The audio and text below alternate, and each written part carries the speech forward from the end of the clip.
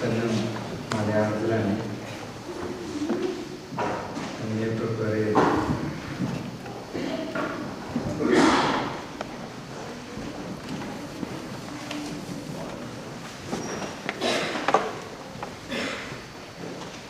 സക്കേവസിനെ കുറിച്ച് ചിന്തിക്കുമ്പോൾ അറിയാം, സക്കേവസ് വളരെ ആകസ്മികമായിട്ടാണ് കർത്താവിനെ കാണുന്നത്. സക്കേവസിനോട് പലരും ചോദിച്ചിട്ടുണ്ട്, നീ എവിടേക്കാ പോണേ? പലരോടും സക്കേവസ് ചോദിച്ചിട്ടുണ്ട്, നീ എവിടേക്കാ പോകുന്നത്? അപ്പൊ അവർ വാർത്ത പറഞ്ഞിട്ടുണ്ട്, ഞങ്ങൾ ജാഥയ്ക്ക് ഈ പാർട്ടിക്കൊക്കെ പോകുന്നത്, ഞങ്ങൾ നവീകരണ ധ്യാനത്തിൽ. അങ്ങനെ പല കാര്യങ്ങളിൽ പല പ്രാവശ്യം ആൾക്കാർ ഇങ്ങനെ പറഞ്ഞിട്ടുണ്ട് കർത്താവിനെ കാണാൻ പോകുന്നതിനെ കുറിച്ച്. ഈ സക്കേവസ് വളരെ പൊക്കം കുറവാണെന്ന് സുവിശേഷത്തിൽ പറയുന്നുണ്ട്. Small in stature. പൊക്കം കുറവായ കാണാൻ പറ്റില്ല കർത്താവ്. അപ്പൊ ഇന്റൻഷ്യലി കർത്താവിനെ കാണുന്ന വളരെ ആഗ്രഹമുള്ള ആള് മരത്തിന്റെ പുറത്ത് കയറിപ്പറ്റ ഒരു ഉയരം പറഞ്ഞ മനുഷ്യൻ ഒരു വലിയ മരത്തിന്റെ മുകളിൽ കയറാന്ന് പറഞ്ഞാൽ ഈസി ആയിട്ടുള്ള പരിപാടിയല്ല. അതുകൊണ്ട് കർത്താവിനെ ഉൾക്കടമായിട്ട് കാണുന്ന ആഗ്രഹമുള്ള സക്കേവസ് മരത്തിന് മുകളിൽ കയറി. എന്നിട്ട് കർത്താവ് പറയാണ്, അതിന് മുമ്പിൽ വന്നിട്ട്, സക്കേവസ്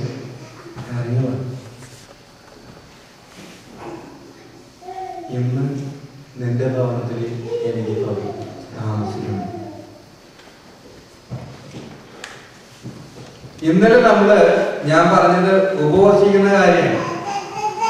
ഉപവസിക്കുക, ഉപവാസത്തെ കുറിച്ചല്ല, ഉപവസിക്കുക, കൂടെ താമസിക്കുക എന്നുള്ളതാണ്. അപ്പൊ കൂടെ താമസിക്കണമെങ്കിൽ കർത്താവ് നമ്മുടെ കൂടെ കൊണ്ടുവരണമെങ്കിൽ നമ്മുടെ ജീവിതത്തെ മാറ്റണം, ജീവിതത്തിലേക്ക് ഹൃദയത്തിലേക്ക് കൊണ്ടുവരണം.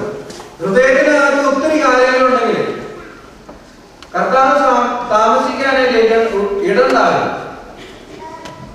കർത്താവ് പറയുന്നുണ്ട്, പൗലോസ്യ പറയുന്നുണ്ട്, നിങ്ങളിൽ ക്രിസ്തു രൂപപ്പെടുന്നതുവരെ ഞാൻ ഇരിക്കുന്നു അനുഭവിക്കുന്നു.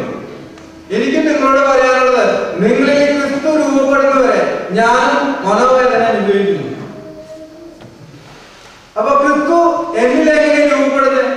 എനിക്ക് ഇഷ്ടംപോലെ സംഗതികളുണ്ടെങ്കിൽ, എന്റെ ഹൃദയത്തിനുള്ളിൽ നിറച്ച് മറ്റു കാര്യങ്ങളാണെങ്കിൽ കർത്താവിനെ എങ്ങനെ ഇടണ്ടാകും?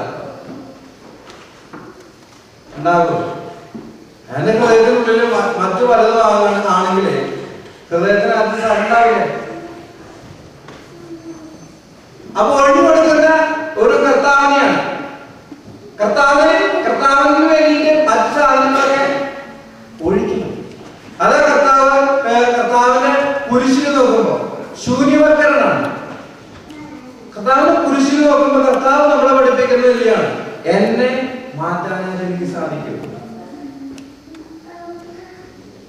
ഫിലിപ്പിയർക്ക് ലേഖനത്തിൽ പൗലോസ്യ പറയും, കർത്താവിനുള്ള മനോഭാവം നിങ്ങൾക്ക് ഉണ്ടാകട്ടെ. 2:5 മുതൽ 11 വരെയുള്ള വാക്യങ്ങൾ പറയും, കർത്താവിനുള്ള മനോഭാവം നിങ്ങൾക്ക് ഉണ്ടാകട്ടെ. കർത്താവിന്റെ മനോഭാവം എന്താ?